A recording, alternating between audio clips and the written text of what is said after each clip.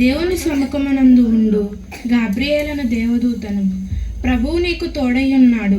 దేవుని వలన నీవు కృప పొందితివి. ఇదిగో నీవు గర్భము ధరించి ఒక కుమారుని కందువు. ఆయనకు యేసు అని పేరు పెట్టెదవు. ఆయన గొప్పవాడై సర్వోన్నతుని కుమారుడు అనబడును. ఆయన తన తండ్రి అయిన దావీదు సింహాసనమును ఆయనకిచ్చును. ఆయన యాకోబు వంశస్థులను యుగయుగములు ఏలును. ఆయన రాజ్యము అంతము లేనిదయుండును. ఆర్య, ఇదిగో నేను పురుషుని ఎరుగని దానినే సంభవించును. మరియా, భయపడకుము, పరిశుద్ధాత్మ నీ మీదికి వచ్చును. సర్వోన్నతుని శక్తి నిన్ను కమ్ముకొనును. గనుక పుట్టబో శిశువు పరిశుద్ధుడై దేవుని కుమారుడు అనబడును. దేవుడు చెప్పిన ఏ మాటైనను నిరసనము కానేరదు. ఆర్య, ఇదిగో ప్రభువు దాసురాలను, నీ మాట చెప్పున నాకు జరుగునుగాక.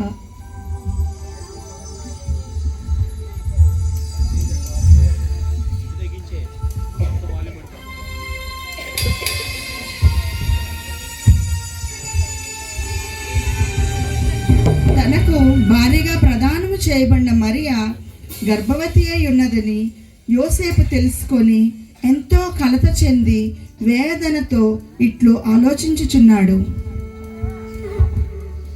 ఆహా, ఏమీ కాల వైపరీత్యము! స్త్రీ బుద్ధి ప్రళయాంతకమని పెద్దలు చెప్పిన మాట ముమ్మాటికి నిజమని నేడు కదా నాకు తెలిసినది. అవును, ఇది నిజమా? నాకు భార్యగా ప్రదానం చేయబడిన మరియ గర్భవతియా? ఇది ఎట్లు సంభవించినది?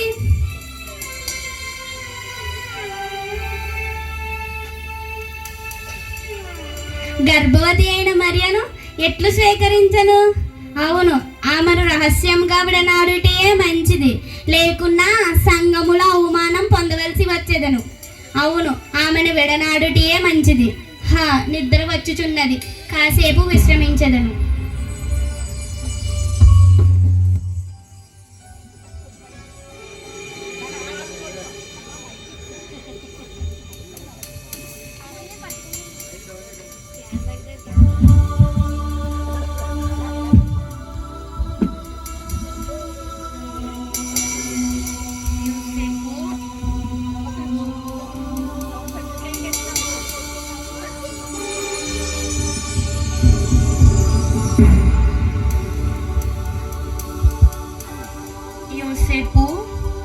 యోసేపు, భక్తి వైరాగ్య సంపన్నుడా, నీకు శుభము.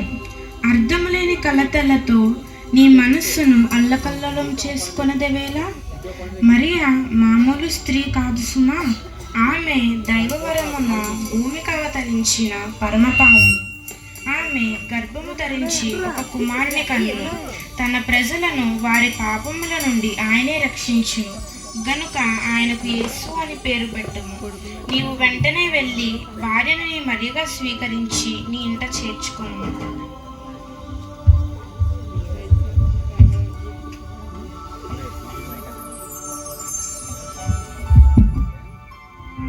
ఆహా, ఏమీ వింత! కల కాదు కదా! మరియ ధరించిన గర్భము పరిశుద్ధాత్మ వలన జరిగినదా? లోక రక్షకుడు మరియ గర్భములో జన్మించుటయా?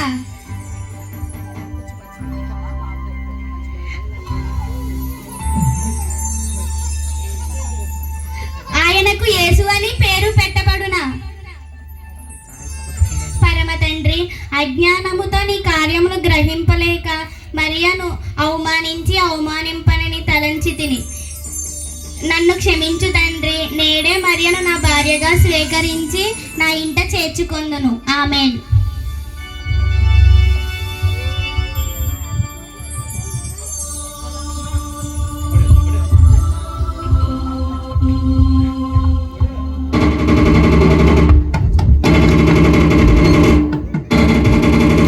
ఇందు మూలంగా యావత్ ప్రజలందరికీ తెలియజేయండి ఏమనగా, ప్రజా సంఖ్య రాయవాలని కైసరు ఐగుప్తు వలన ఆజ్ఞ ఆయను.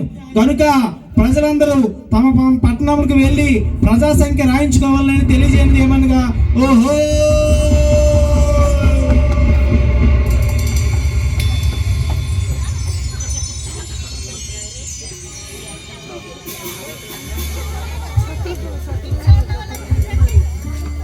ప్రజా సంఖ్య వ్రాయించుకోవటానికి నిండు గర్భవతి అయిన మరియను తీసుకొని యోసేపు పయనమైనను.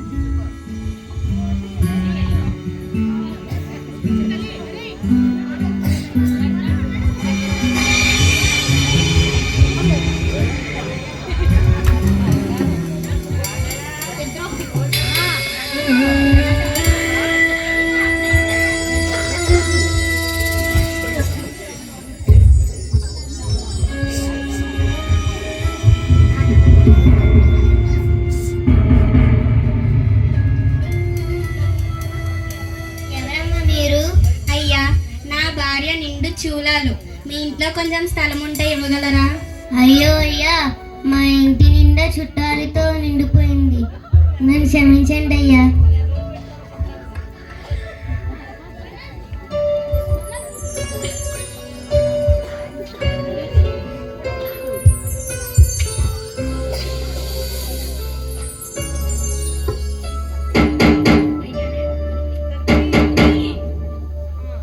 ఎవరమ్మా నువ్వు?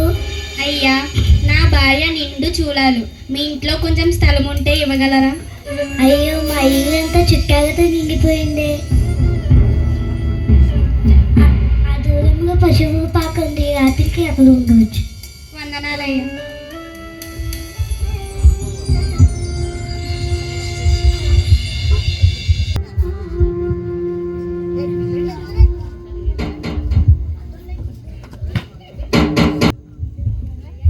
ఎవరయ్యా నువ్వు? అయ్యా, నా భార్య నిండు చూలాలు. మీ ఇంట్లో కొంచెం స్థలం ఉంటే ఇవ్వగలరా? అవునా, మా ఇల్లు అంతా నిండిపోయింది. మా ఇంటి వెనకాల పశువుల పాకుంది, అందరూ తలదాచుకుంటారా? వందనాలయ్యా.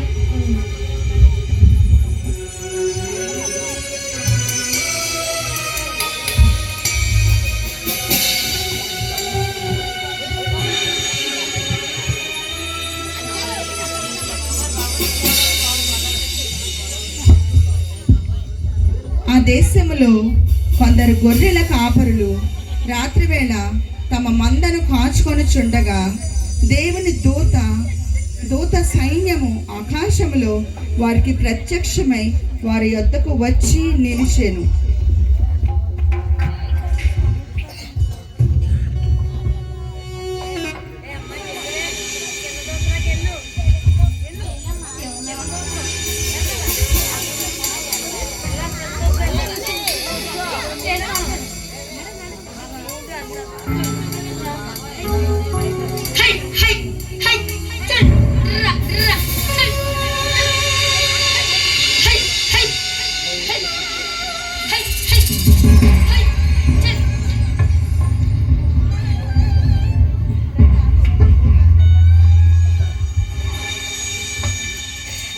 ఒరే మనవడా, ఏట్రా విశేషాలు?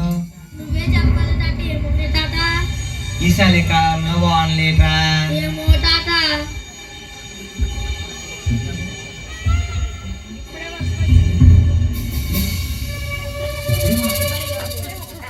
ఇప్పుడే వర్షం వచ్చింది తాత. ఒరే మనవడా, చలి కాస్త ఎక్కువగా ఉంది, కొంత మంటేరా కాసుకున్నాం. ఏ తాత బాబు, చిన్న నన్ను ఎప్పుడు నాకే చెప్తా పనులన్నీ.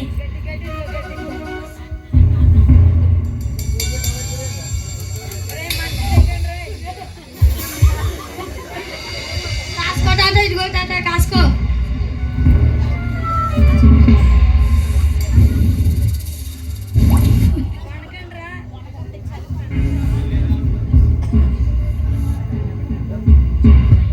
ఒరే మనవడా, మేము కాస్త అలా పడుకున్నా, నువ్వు గొర్రెలై కాయరా.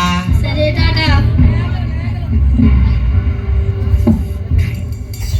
High high high high high high high. ఏంటి అక్కడ తెల్లగా డియ్యములాగుంది? తాత తాత తాత తాత దెయ్యం, తాత తాత దెయ్యం, తాత తాత దెయ్యం.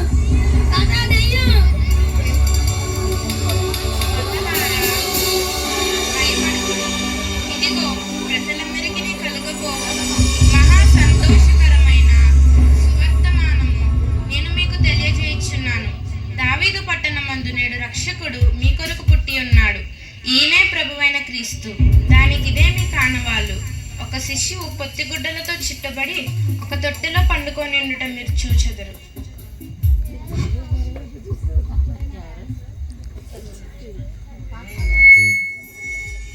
రే మన కొడుకు రక్షకుడు పుట్టి ఉన్నాడంట్రా, రెండురా పోదాము. సర్వోన్నతమైన స్థలములలోన దేవునికి మహిమ, భూమి మీద తనకిస్తునకు సమాధానము. సర్వోన్నతమైన స్థలములలోన దేవునికి మహిమ, భూమి మీద తనకిస్తునకు సమాధానము. సమాధానము, సమాధానము.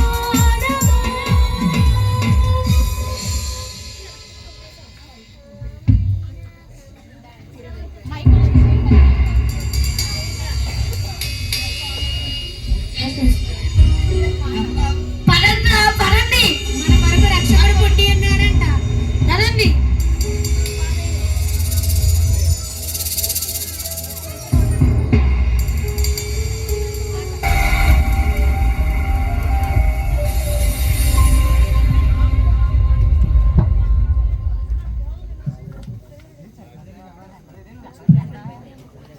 చలి రాత్రి ఎదురు చూసే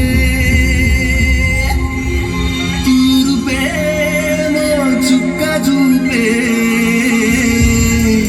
గొల్లలేమో పరుగునొచ్చే, దూతలేమో పొగడవచ్చే.